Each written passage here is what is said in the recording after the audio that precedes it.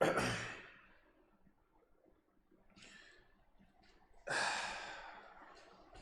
banksters, welcome to the bank. You are here with Don Corleone himself. Rob the bank. Follow me as I follow the money. Let's dive deep, get rich. Let's update our software so our hardware can run efficient. This installment is with Vivek Ramaswamy. He's a Republican. I don't know much about him. I think I seen him once on the Breakfast Club, and he has some pretty interesting points there. He's a Republican. I think he's Indian,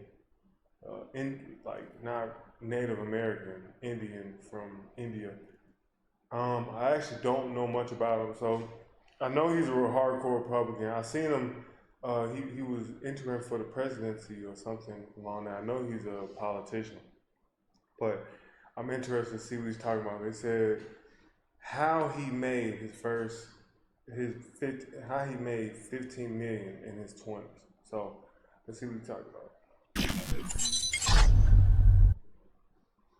I've been thinking a lot about starting my own business, but the thing is, I'm not really sure what I'm passionate about, and I want to do something that's meaningful, something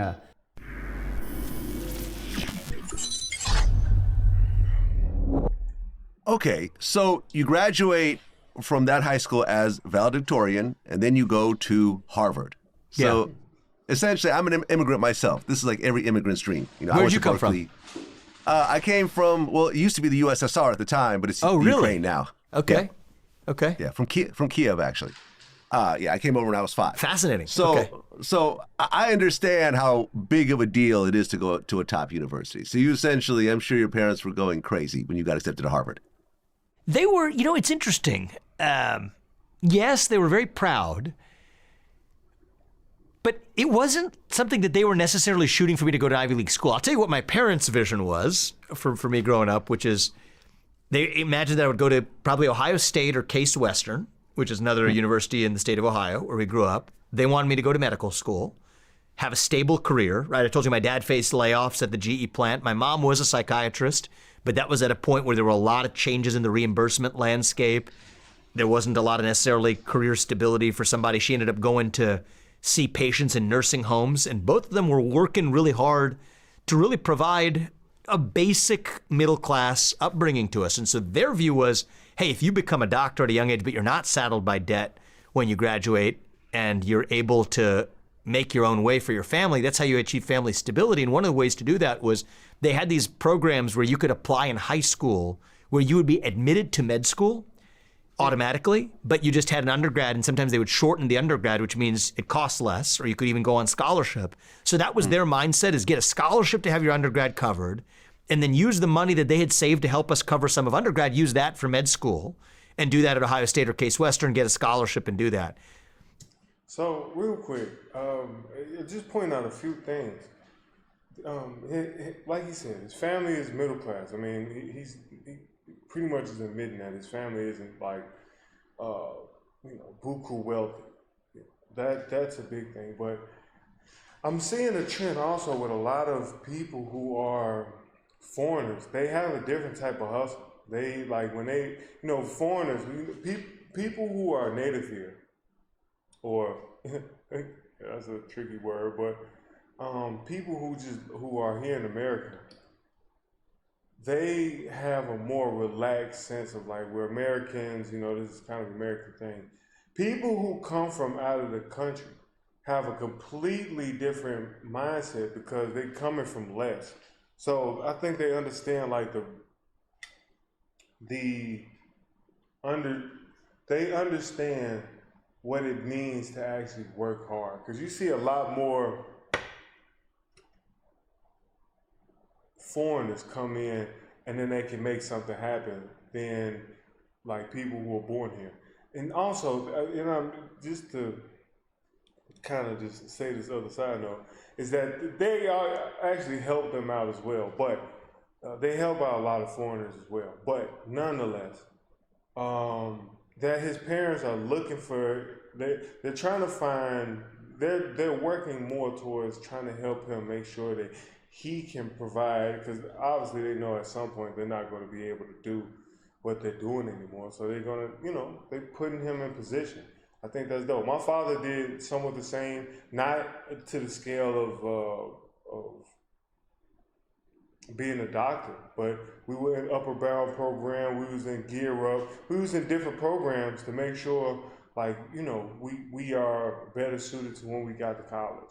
So I'm just loving what his parents, the story leading up to everything. I love it so far. So now they also were very focused on academic success, and I did graduate at the top of my high school class, which was not something my parents expected. They were more focused on me getting into St. X High School, which was something that was far from obvious coming from the public school that I was in.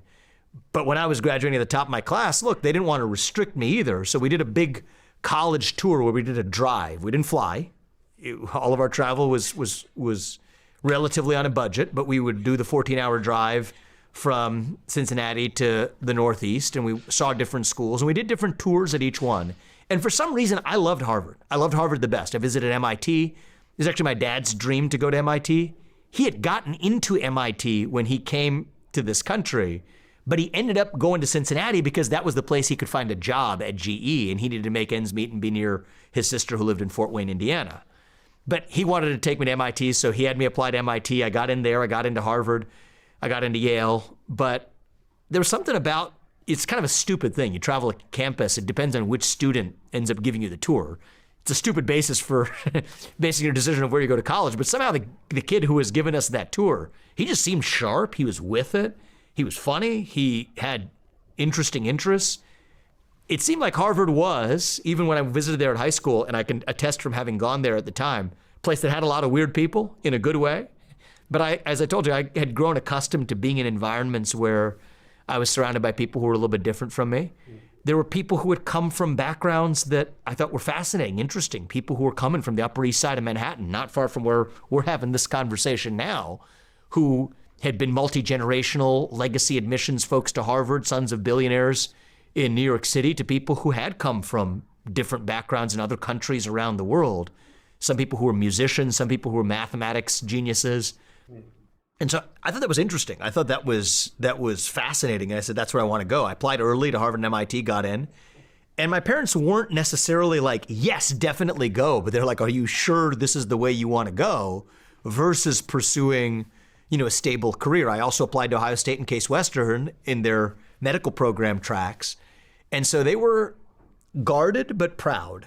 And I made the decision I was going to go to Harvard and see what became of my career. And, probably had a mindset to go in and study science and maybe become a doctor. That was the mindset my parents had me raised in, but quickly opened my eyes to other possibilities that I otherwise wouldn't have if I hadn't gone there. All this pretty much sums up to, they had a higher standard. There's a standard to, I know I'm going to keep messing up his last name, but his family having a higher standard. Gotta have a high standard. Because that's the floor, not the ceiling. The standard isn't the ceiling. Like, this isn't like what we aspire to be. The standard is the floor. Like, you have to be better than the standard. And that's what I pretty much heard from what he's saying, man. This is beautiful. This is, when people think of America, this is what you think. You think about people like that. You think about people who make something from nothing. And that's what this is, man. This is beautiful. Okay, so you go to Harvard and you start working with hedge funds while you're there. You ended up going to Yale, but from what I understand, by the time you get to Yale, you're already wealthy. Yeah. So here's how that worked is I started taking a genetics class in my first year, freshman year. Thought it was the most interesting class I had taken. Actually, the two classes I loved was one class was called Justice, which is really interesting. It was just about questions of justice, right? The opening lecture starts with there's a trolley car going down the road and you're driving the trolley car and you see there's about one person you're definitely going to hit and it's a child. First off, I've never had, even though I went to school for a different thing, going to a class named Justice, would have been so interesting. That's one thing I wish I would have done more, is have more debate classes, have more classes on that, because conversation and debating, public speaking, that's something we're all going to need to a certain extent. To a large extent, we're all going to need good debate skills, good public speaking. So just the fact that they have justice classes is awesome. That's like dope. So. And you have an option, though, to switch off the trolley track. But if you switch, you're going to switch to a track that has 5 people on the other side. Would you? What's the moral decision? Is it that you make the switch or not? Right? It was an opening lecture, so it drew me right in, ways that I hadn't really been challenged before. That class and my freshman year genetics class, which was just in the beginning of the genomics revolution, makes you just think about all the things you take for granted about the way you live your life. Some of it is preordained, but not all of it. And we can actually understand how. So that was super interesting to me too. But I went the direction of being a biology major. But one of the things I learned is, and I think this is actually a broken feature of science education in the United States, they make you spend too much darn time in the lab. And that's not a bad thing. I don't mind spending time in the lab, but it's so slow. And a lot of it, the time horizons for getting an answer to a question in the lab, it's almost your mind stops working and you're really doing a form of manual work, which isn't a bad thing, but it's different than the thing that drew me to science in the first place. So it turns out there's a group of physics guys who had graduated from Harvard years ago. They were way older, graduated in the early 90s, that have founded this quantitative hedge fund that was dipping its toes into biotech. So, and I think right there what he's pretty much saying is trying to get experience, not just being in the labs and just doing, like, you're actually getting experience, getting hard experience. So I agree. Experience is the best teacher. Don't get me wrong. You can, people are different learning styles, but actually reading something, then reading something and putting it into action are two different things. Reading just to understand and reading to apply are two different actions, completely different things. Tech investing. So they were trying to invest in the biotech sector. And they say, hey, maybe we want people who can help us understand the actual science to be able to make those investment decisions in medical products and in therapies in the future. So there was an internship. So I ended up taking an internship one time with one hedge fund. It was a wild story in its own right. I could tell you about that one. It was a fund called Amaranth.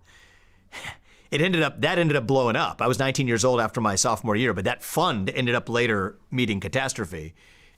And there's been books written about that one. It's a fun story. There was a poker tournament that summer. I never had played poker. You had professional poker players who were at Amaranth.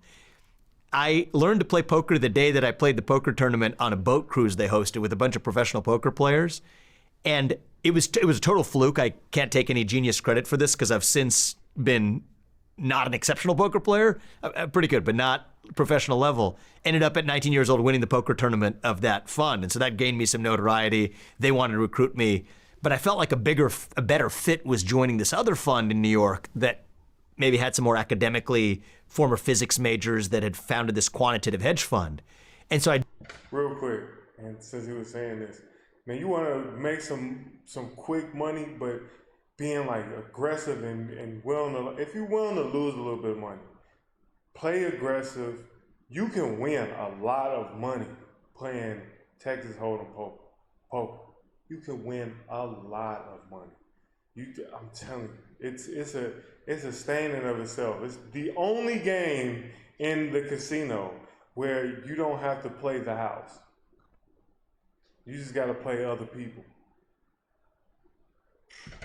As long as you want to be aggressive and want to lose, because I'm telling you, once you get kind of the hang of it, you're going to lose some money. I mean, if you're willing to lose a little bit of money, it's cool. But I'm telling you, you play poker, I'm telling you, be aggressive. I'm talking about aggressive. You're going to win some money. And I'm talking about some good money playing poker. I joined them after I graduated. So that was in 2007, right on the eve of the 2008 financial crisis, which was a fascinating time to get your first job right here in New York City, believe it or not. And so I got my job in the fall of 07. The 08 financial crisis hits right here in New York. And boy, that was a whirlwind. It was bad for pretty much nearly every major financial institution. in New York. But I was actually getting my head start in biotech investing. And as a young analyst at the firm, I ended up having some early successes, right? Some bets that I'd recommended that were thoughtfully based on, analysis of the underlying science. Here's the risk, here's the reward, here's a portfolio of these bets we can make. And they started succeeding more often than they failed. And in my third year in, now I'm making real money, like money of a scale that my parents would have, like we're talking like added zeros on top of what my parents made on a combined basis. Nonetheless, weirdly enough, I still felt like there was this itch that I hadn't fully scratched. Okay. I told you the two classes I liked were the genetics class and justice. And I was a science major all the way through college. And now here I am analyzing biotech on a day-to-day basis. Doing IT is all about helping people. But who's helping us? Atera, that's who. With Atera's AI, we can solve. But again, like one of the things for me is I never like steady, comfortable cruising circumstances. And so I felt like I never scratched that itch at the intersection of law and political philosophy that I kind of had in my undergrad. And I had a seat at Yale Law School. I had applied, I had deferred it. They said, if you defer it one more year, you got to make a choice at this point. So I'm 3 years into my job. I sit down with my bosses at the hedge fund and say, hey, listen, it's been great. I appreciate it. I feel like my learning curve has started to flatten a little bit. So I'm going to go spend a few years in law school at Yale. And maybe I'll come back. I expect to come back, but I'm going to take a few years off and just scratch a different side of my brain's itch. And something interesting happened, and this would be not that people out there are asking me for career advice, but if I were given some, it would be to just follow what you're passionate about, and good things tend to happen. They came back to me and said, hey, listen, how about this? Keep your job. Keep it as it is. You get to manage kind of your own little sleeve of your own portfolio effectively. That was different because if I had just stayed on the trajectory I was on, I would have had much less autonomy. You can do it out of New Haven. You can do it on your own terms when you want, and you keep your job. How about that? I said, that sounds fantastic, actually. So I ended up setting up shop in my own apartment in New Haven, ended up continuing to invest in biotech stocks based on scientific analysis, but also going to law school at the same time, having a lot of fun along the way. Yale Law School is an interesting place. So real quick, and he's talking about hedge fund investing in the biotech, and he was able to invest in these companies off scientific analysis. So in that sector, in that realm, he has what they call an alpha or an edge. He can act, if I'm not mistaken, Mark Cuban did the same after he sold his company, his radio company, his online radio company. He did the same thing a little bit when he was helping hedge funds purchase tech companies. And all that is that he has an understanding of these companies from an inside basis. Like he knows the inside of it because he works, like he works in it, so he understands. So that's where he's kind of coming from, in the sense of like, oh, I just happened to fall into this whole hedge fund thing, and I made a lot of money, and following the passion, because these are all the things that he actually care about, just following different things that he's interested in. So that's one of the reasons why they really hired him, is that he had an edge, so they can use that edge to help make money. So, and Harvard and Yale, they're not the same institutions today that they were back then. I can get back to that, but it was a lot of fun. My wife was in med school at the same time. She was living in the same apartment that I did. It's probably the most tangible thing that came out of it. And during those years in law school, right? So I made some money right before law school.